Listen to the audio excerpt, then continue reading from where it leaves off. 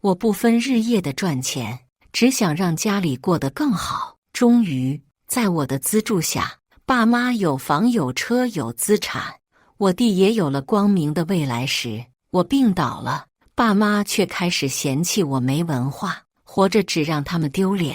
我弟说我不如死了算了，能治好的癌症，最终成了死神的镰刀。再次睁眼，我回到了爸妈劝我放弃高中，出去打工养家的时候。你要敢去学校报道，我就不认你这个女儿。我笑了，好啊，如你所愿。大家好，开始今天的分享之前，希望你能给人间烟火点个订阅，我将会分享更多优质的内容。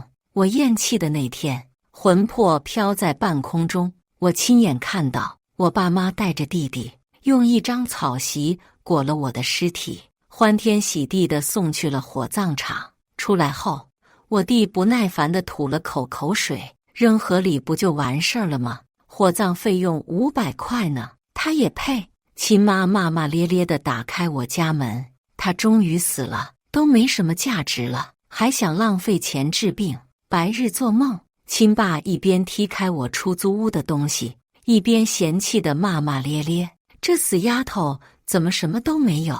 呸！白瞎老子花时间找钱。弟弟更是抱着用我的钱买的 iPhone 14 Pro， 开开心心打起了游戏。死了太好了，没人管我打游戏，不就是给家里一点钱吗？还想管我读书？做梦！爸妈，这房子什么也没有，一把火烧了吧？爸妈宠溺一笑，不急，先把他的身份证件找出来。听说他偷偷给自己订了葬礼，花了整整3万。找到他证件，我就能把葬礼取消，这些钱就留着以后给你买游戏皮肤。虽然成了灵体，我还是能感觉到自己浑身颤抖。现在才彻底看清这一家人的真面目。我辛苦了一辈子，让他们有车有房有存款，让弟弟进了最好的高中读书，最后他们只想掀开我的棺材板吸血。我出生在一个贫穷的小山村，村子里的人都重男轻女，女娃几乎就是可以说人形牲畜。但那时候，我觉得自己是幸福的。我爸妈虽然重男轻女，但做的没别人那么过分。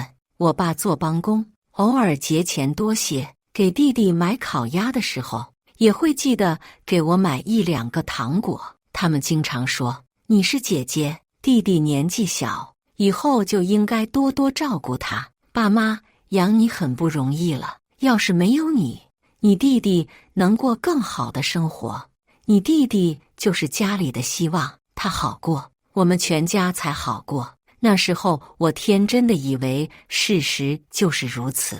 从小到大，我主动照顾弟弟，务农做家务，就为了能够减轻爸妈的负担。小时候，妈妈为了奖励我照顾得好，还给过我5块钱，是我从小到大第一次，也是唯一一次从他们手里拿到钱。再后来，我一直各种无条件付出，为此还失去了读高中的机会。我的人生就此一落千丈，只剩下苦。可这一切换来的却是死不瞑目这样的下场。再次睁眼，我回到了亲妈阻挠我读高中的那天，熟悉的声音入耳，让我瞬间清醒。你要是敢去学校报道，我就不认你这个女儿。我看见手里攥着的借来的学费还没被我妈抢走，一切都还来得及。我笑了笑，好啊。我妈愣住了，她大概没想到那个被他洗脑长大，甘愿为奴为仆，又如此珍重亲情的丫头，怎么突然就一身反骨了？等他反应过来，又要来抢我的钱，我死死拽住他，愈发用力，眼看快要争抢不过，我干脆狠狠咬了他一口。他吃痛，往后一退，凶光毕露：“死丫头，你还敢咬我了？大家快来评评理啊！家里条件都这么艰难了，他还偷了家里的钱要去读书。我含辛茹苦把他养大，没有功劳也有苦劳啊。村子里的人围了上来，爱看热闹的他们纷纷站在道德制高点，对我口诛笔伐。大伯、大丫，你爹妈把你供到初中已经很不错了，你看看谁家的丫头像你这么幸福，还能读高中？刘婶，怎么也不该偷家里的钱啊？你爸妈多不容易呀，怎么一点儿也不孝顺？怪不得人家都说嫁出去的女儿泼出去的水，就是养不熟。张姨，要我说，真应该绑起来好好教育教育。上一辈子就是这些道德绑架的话，压得我喘不过气。最终我被强行失去了上高中的机会，去做了他们所谓的好工作，跟表哥进厂打工。想到上辈子进厂后一天16个小时的麻木上班，我的脸色彻底冷了下来。这一次我不会再退让。我深吸一口气，看向他们每一个人。大伯，前年你女儿被你逼得上吊死了，你就不怕午夜梦回，她来找你报仇吗？刘婶儿，你不也是泼出来的水吗？怪不得你老公打你，差点瞎了一只眼睛。你娘家都没人出来替你做主，原来是自己都觉得自己不配啊。张姨，我家事情不劳烦你费心思了，有空还是赶紧想办法给你3个儿子赚彩礼吧。村里光棍那么多，倒也不缺你家这3个。7大姑8大姨被我气得不轻，疯狂骂我，我纷纷对骂回去，又是吐口水，又是发疯。谁来了我就不顾脸面的破口大骂。最后他们放弃了。罗素芬，你家这丫头没救了，我们也管不了了，人跑光了。但我妈还是不死心，上前要来拽我，你不准去读书，敢去读书，以后都别回家了。我赶在车子发动的最后1秒，抱紧我的行李箱上了车。我最后回头冷声道：这破家，谁爱回来谁回来。他追不上车，吭哧吭哧喘着气。死丫头，自私自利，从今以后别指望家里给你拿1分钱。不知好歹的贱丫头，我们没生过你这个女儿。车轮急速地转动着，我看着窗外的风景，绿油油的大地席卷着金灿灿的落叶，渐行渐远。我喘着气，心头无比轻松。这一世我要拒绝所有的破，为自己而活。拿着钱交了学费，还剩下一些，省着点用，也能用1个学期了。上一世我在厂里辛辛苦苦3年，攒了点钱，才去了成人高中，和不同的混文凭的人坐在破破烂烂的教室里，偶尔听1、2堂课。现在坐在敞亮的教室里，旁人对我的称呼不再是大丫，而是全名。没有人会质疑女孩读书，也没有人谴责我自私自利。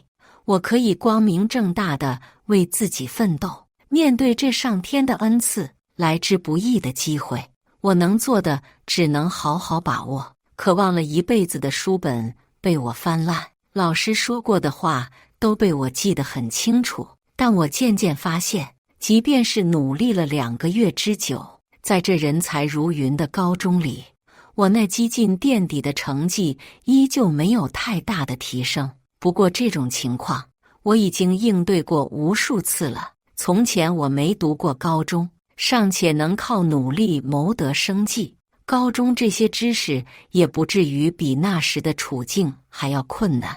我将所有时间和精力都花费在学习上，期末的时候总算能跻身班级中游。可当假期来临，看着同学们陆陆续续拎着行李回家，我还是迷茫了。我那所谓的家，只是个吃人不吐骨头的深渊，可我还能去哪里呢？室友顾晓似乎看破我的窘迫，轻声问道：陈云，你怎么不回家？相处半年，他是我最好的朋友，我知道他为人善良，可依旧没有打算求助。毕竟给别人添麻烦是一件很难以启齿的事情。没什么，我订的车票很晚，你先回家吧。一直到半夜，学校要锁门了，宿管催促着我出去，我才拎着行李箱在空荡荡的大街上转悠。世界好大，但真的没有我的容身之地。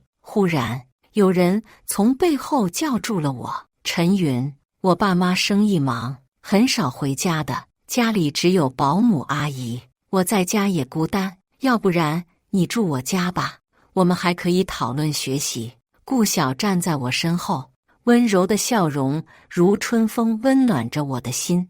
我眼泪一下就落了下来。这世界有恶亦有善，虽然顾晓百般推脱，但我还是承诺会付给他房租。寒假的时候，大家都在忙着休息团聚，而我一直在饭店里帮工。恰好那天在饭店，大伯儿子结婚，请了不少人办婚礼。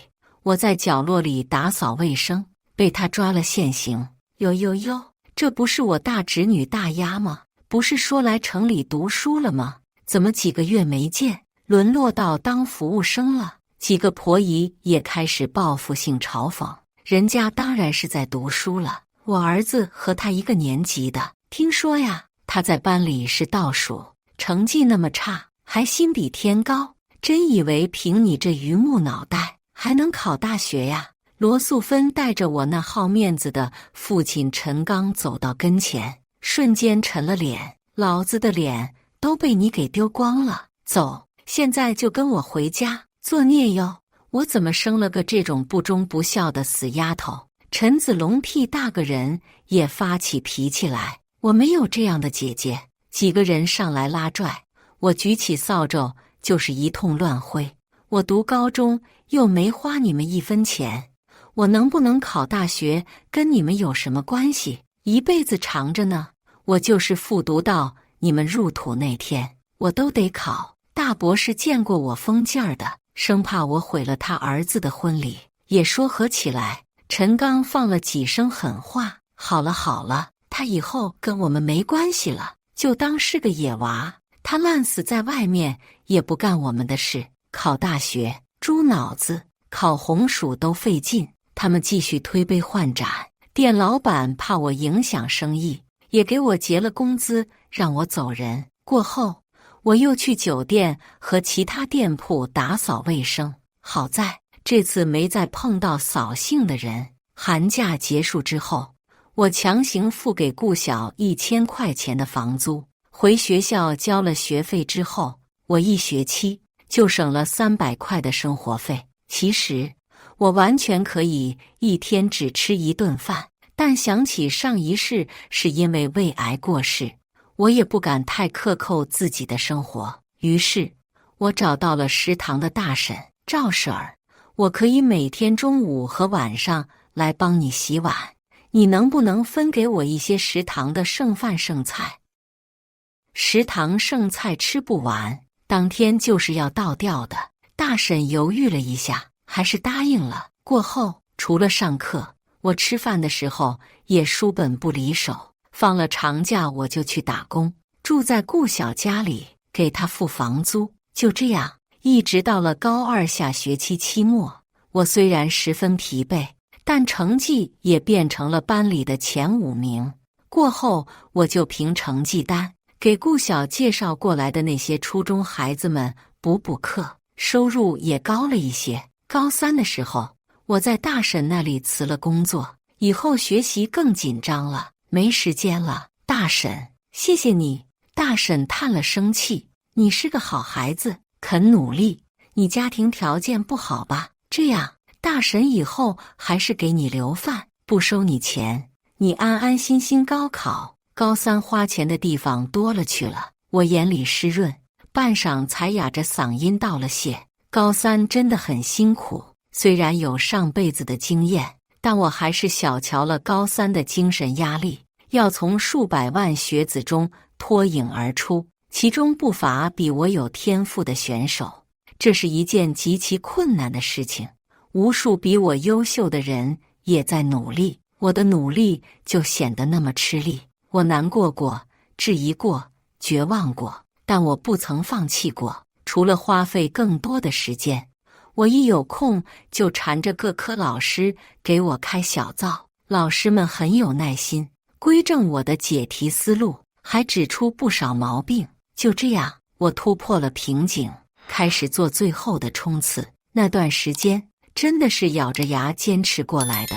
终于到了高考的前几天，我去顾晓家里和他一起做系统性的复习。可就在这时，几年没见的陈刚夫妇带着陈子龙出现了。你考不上什么大学的，就算是考上了，谁又能给你交学费？你也闹了3年了，我们念着亲情，以后只要你好好听话，我们不是不认你。刚好村委的王麻子死了婆娘，你要是嫁过去，能给我们10万块的彩礼呢，不比辛苦大学去上班来钱容易呀。我就知道，要不是终于有机会拿我去换钱了，他们也不会想到自己还有个女儿。我毫不犹豫地拒绝了，我不可能嫁人的，要嫁你们家。陈子龙长高了一些，伸出手来拽我，身上带着的烟味呛得我难受。你凭啥不嫁？爸妈让你嫁你就得嫁，不然我以后读初中上高中考大学哪里来的钱？我一把把他推开，冷笑道：你是我儿子吗？我凭啥管你以后读书？再说了，你们是没手没脚，不能挣钱，就是去要饭，也不至于卖女儿吧？陈刚怒火中烧，抬手要打我巴掌。顾晓厉声道：这是我家门口，你们再闹的话，我就要报警了。两夫妻相视一眼，讪讪停了手，临走的时候还不忘威胁2句：再不赶紧回来结婚，以后有你后悔的地儿。你弟弟以后考好大学出息了，可别回来求我们。不会的，我咬着牙一字一句说，你们就是死了，我都不会回来，不会给你们烧一张纸。2个人折返回来想动手，健壮的保姆阿姨走了出来，黑着脸，我听着都替你们害臊。这么努力的孩子不珍惜，逼得人家自己打工赚学费，现在赶上来认女儿，你们也真是有这个脸。眼看孩子就要出人头地了，又上赶着来添堵，天下哪有你们这样的父母？你俩就该不孕不育，哪儿配为人父母啊？阿姨身材高大，一看就是不好惹的。2个人在这陌生地界也不敢太嚣张，最终他们骂骂咧咧走远了。我沉默一会儿后，拉着顾晓，一副什么都没发生的模样。来，刚刚那道题我再给你讲一遍。高考第1堂考试有些紧张，好在没浪费太多的时间，有惊无险地考完了。过后的考试也都正常发挥。回了家，顾晓的爸妈也赶了回来，我们对了答案，相视一眼，不约而同笑了起来。没问题，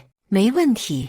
过后等分数的时间，叔叔阿姨也对我很好。我听我们家小小说过了，你刻苦努力，是个好孩子。他以前就不爱学习来着，也是被你给感染了。真没想过他现在还有去重本的希望。我们也听说了，你家情况有些特殊，我们也是为人父母的，看见你心疼。有什么困难尽管跟我们说，我道谢，但也没什么困难。分数出来的那天，顾晓激动地跳了起来，602分。爸妈一家3口激动的时候，顾晓也没忘记我。你呢，云云？肯定没问题吧？我指着表格，后面没分数的。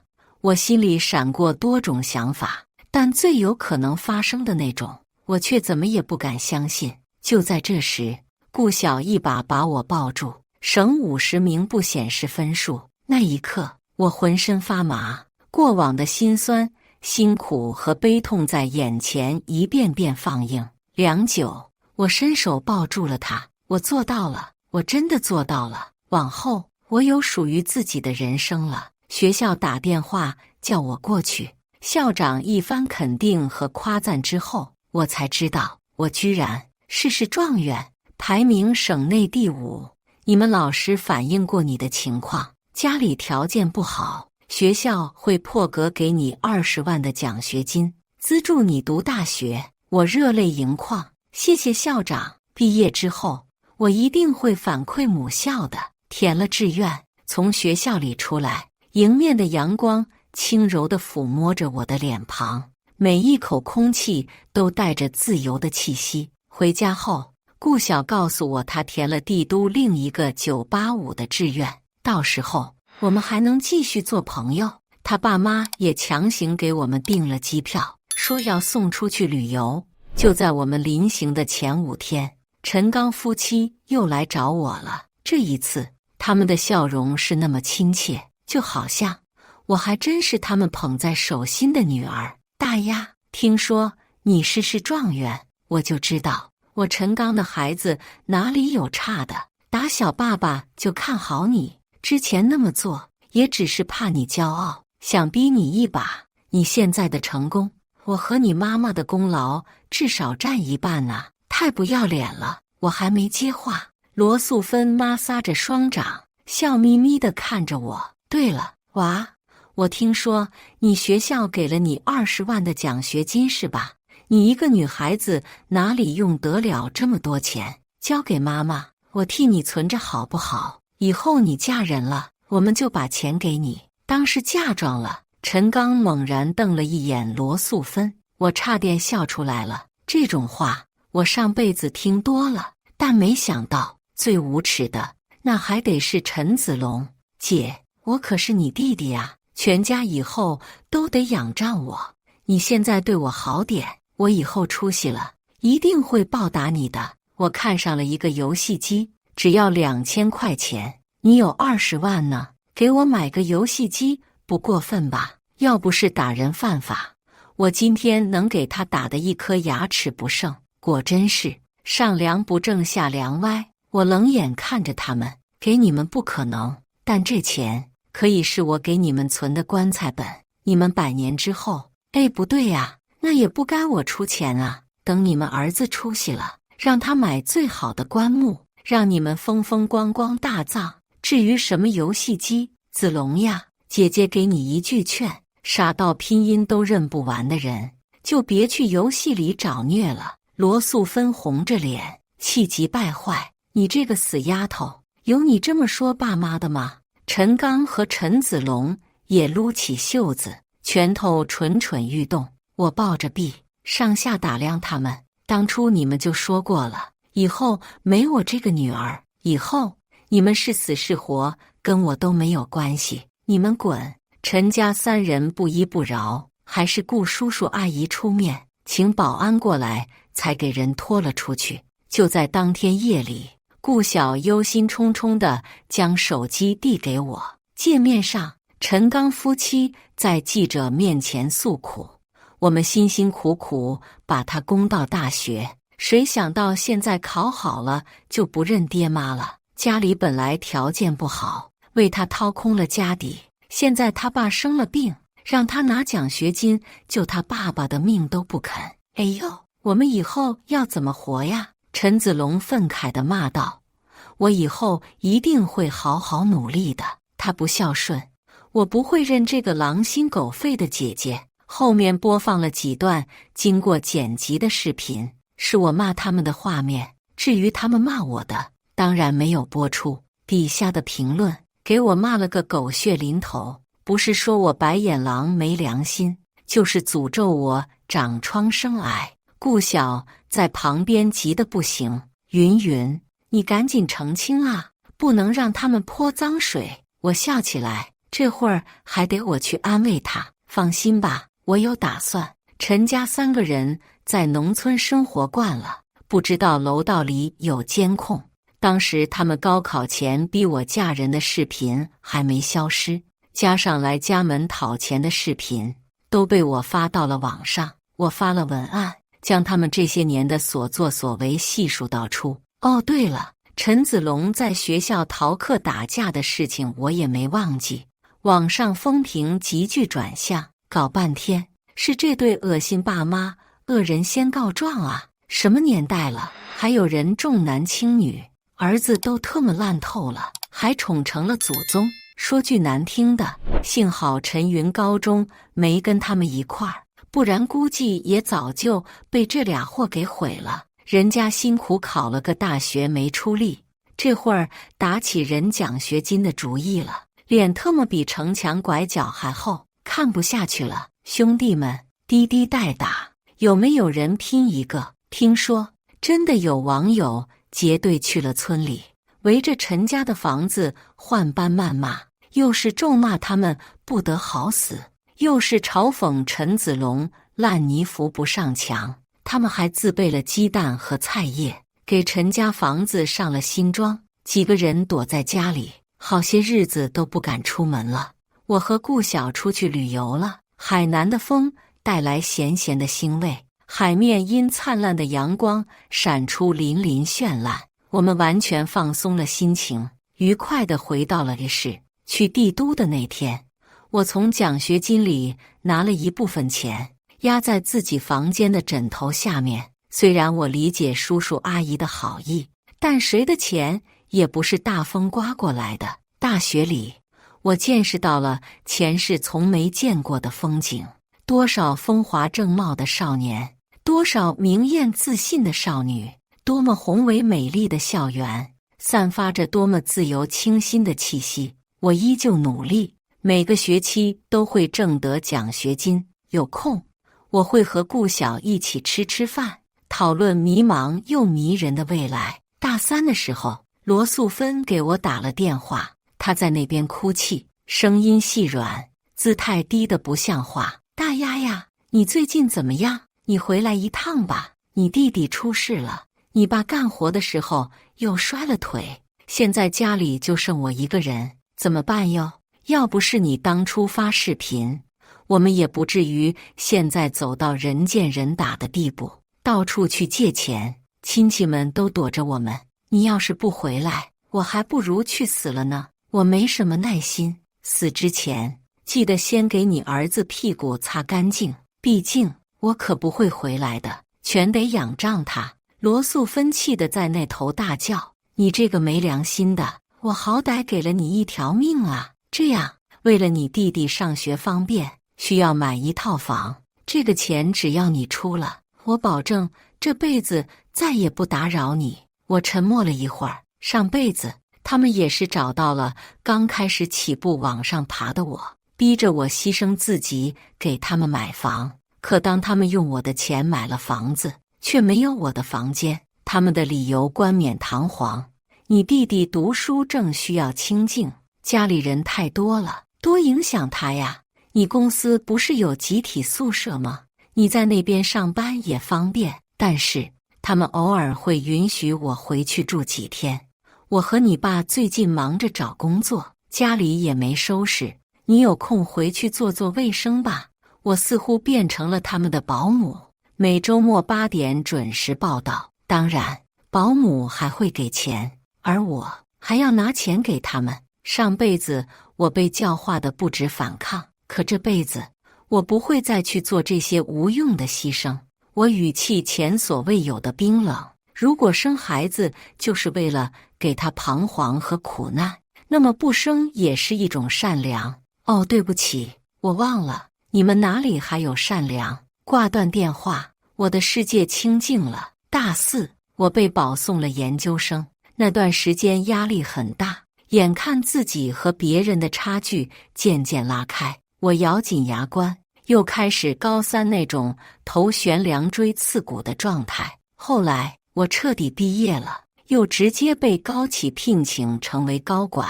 第1年工作结束，我领了200万的年薪，买了一套房子，剩下的钱我将80%都捐给了母校。顾晓没考研，毕业后自己创业，成果颇丰，早就在帝都买了房子，还把父母都接了过来。我新房入住的那天，正好是新年夜，他们一家人来了我家，说是要给我暖房。酒桌上，我挨个敬酒，感谢叔叔阿姨，也感谢小小。我没有父母，以后会将叔叔阿姨当成亲生父母一样孝敬。叔叔阿姨红了眼眶，阿姨更是拉着我的手，我们也愿意做你的父母。你和小小都是好孩子。我们坐在沙发上，一起看联欢晚会。手机铃声响起，看到来电人是陈刚，我皱起了眉头。半晌，我去了卧室接听电话。大丫，今年过年，爸爸是真想你啊！我还记得你刚出生的时候，是那么小的一个奶娃娃，转眼该是26了吧？哎，爸爸妈妈都知道错了，你能不能回来看我们一眼，算是圆我们的梦了？我声音清冷，我今年27。什么事？他尴尬地笑了笑。是这样的，你弟弟吧，年轻气盛不懂事，和另一个女娃谈恋爱，搞大了别人的肚子。现在啊，对方父母问我们要钱，可我们哪里来的钱啊？我就想着，你能不能先给我们这笔钱，我们以后还给你也行啊。果然是这件事，上辈子也发生了同样的事。我弟让人家女同学怀孕，要我们赔偿10万，否则告我弟 QJ。爸妈逼我出这个钱，但我手上没有多余存款，都是厚着脸皮问同事借的。再往后，类似的事情层出不穷，我的负担越来越重，为了赚钱也越来越苛待自己。在后面我就病倒了，发现是胃癌，但医生说胃癌早期能治，但刚还完债，身无分文的我想问他们拿医药费，而他们说的是什么40万的治疗费，我们没有。谁让你得这种病的？懂事的女儿就不可能生病，你要给我们添加负担，就别怪我们不把你当女儿。而我弟趾高气昂地站在我面前，你早就没用了，知道吗？赶紧去死！你这样的姐姐就是我的耻辱，你死了，家里还能轻省些，能治好的癌症，硬生生把我拖死了。想到上辈子的事，我忍不住冷笑一声，没有，他伤害别的女孩子，就该负这个责任，跟我好像没什么关系。我记得你们这么多年，不是存了不少钱吗？说是要以后给他娶媳妇的，现在他惹祸了，自己的钱不想用，又来我这里骗，他急了，开始卑鄙无耻。好，你不给钱的话，我就告诉所有人，你弟弟搞大了别人的肚子不负责，不管你跑到哪里，我和你妈都要过来缠着你，一辈子也别想摆脱我们。这些事情就算是发到网上，也不可能谁都站在你那边，到时候看谁还敢娶你。对我来说，这话就跟放屁一样，臭是臭，但毒性不大。毕竟以他们的能力和见识，能在帝都活一天就不错了。我还没开口，门突然开了，端着醒酒汤的阿姨抢过电话，架势一开骂，你俩还要不要脸了？亲爹亲妈哪有这么对闺女的？我看上天就该降下一道天雷，给你全家都劈死。你们不要这个闺女，有的是人疼她，你敢缠着她，我和我老公一定不会善罢甘休的。滚吧，大年夜的找晦气。阿姨是个知书达理的人，骂人攻击性为零，但我已经很感动了。她挂断电话，还有些愤愤不平。别理他们，我抱着她，谢谢您。阿姨都替我反击了，我可能毫无动作。既然他们都说了，还会把这件事发到网上、互联网和舆论，那我当然也可以。我把陈子龙发生的事以及电话录音都发到了网上，网上再次沸沸扬扬，包括我是状元后我爸妈做的恶心事都一起被扒了出来。陈家这下子彻底成了过街的老鼠，人人喊打。陈家人恨死我了，多次尝试着来帝都，但因为欠着钱，被女方家当成他们要逃跑，刚出门就被抓了回去打一顿。几次反复后，陈家人不敢再尝试着离开，他们重新开始给我打电话。只可惜为免他们打扰我直接拉黑了他们所有的联系方式。他们身上的破事太多，其他邻居也不愿意惹麻烦，拒绝借手机给他们，所以我这边一直清静着。但老家的事情还是传到了我耳朵里。陈子龙这个人，在陈刚夫妻的教育下，一直都在物化女性，加上娇惯，他做事根本就不考虑后果。上一世他欺骗女孩，这一世换了个学校照旧，事情闹得很大。陈子龙被学校劝退，即便是这样，陈家人依旧心疼钱，不肯赔钱，逼着我出钱善后。但这个女孩和上一世的不同，她家风剽悍，家里人也不是好惹的，再加上没有我出钱善后，几番拉扯下，女孩家里气不过，找人活活打断了陈子龙的一条腿。据说不小心牵动下，陈子龙的男性特征也被打成了一滩烂泥。因为夜间行动，等警察赶到的时候，凶手早已经跑了。陈子龙被揍得更是昏厥了过去，不仅连行凶者长什么样子都没瞧见，还很长一段时间精神崩溃着。警方四处搜捕，可惜有怀疑人，也没有证据，一切都不了了之。陈家也因此拿不到赔偿金。陈子龙在家里养伤期间，罗素芬终日以泪洗面。陈刚要养家，还得支付陈子龙的疗伤费用，他那点工资根本很难办到。时间一长，家里的条件也就下来了，吃着清汤寡水。罗素芬忍不住抱怨，就这点钱，买块肉都不够的，儿子现在正是需要营养的时候，你是想饿死他吗？感觉自尊心受到打击的陈刚也发起火来，要不是你生了那么个死丫头，我们家至于这么难过吗？整天就知道在家好吃懒做，谁特么养得起你这头猪啊？听到这里，我只觉得恶心。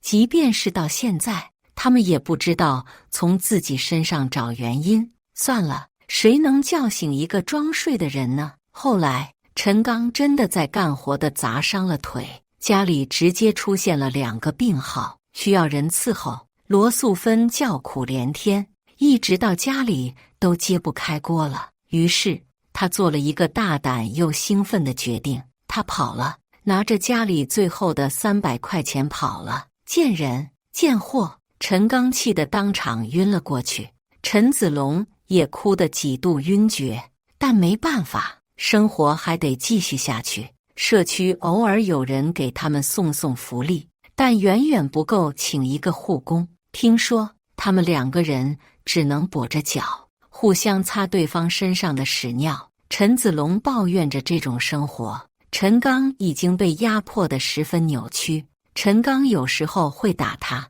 又抱着他哭。最后，在一个清晨，陈子龙吃了大量的安眠药，再也没醒过来。陈刚放了把火，彻底把自己和陈子龙烧死在大火里。而我呢，有了新的家庭，有志趣相投的朋友，过着努力争取来的人生。偶尔有些闲钱，我会捐给跟妇女儿童相关的慈善机构，给未知的陌生人带点微薄的温暖。这样的人生很好。多年后的一个夏天，我在街道上看到一个乞丐，他那张脸沾满了污垢，眼神麻木地看着过往的行人。求求你们，行行好吧，给我点钱，我快饿死了。是罗素芬。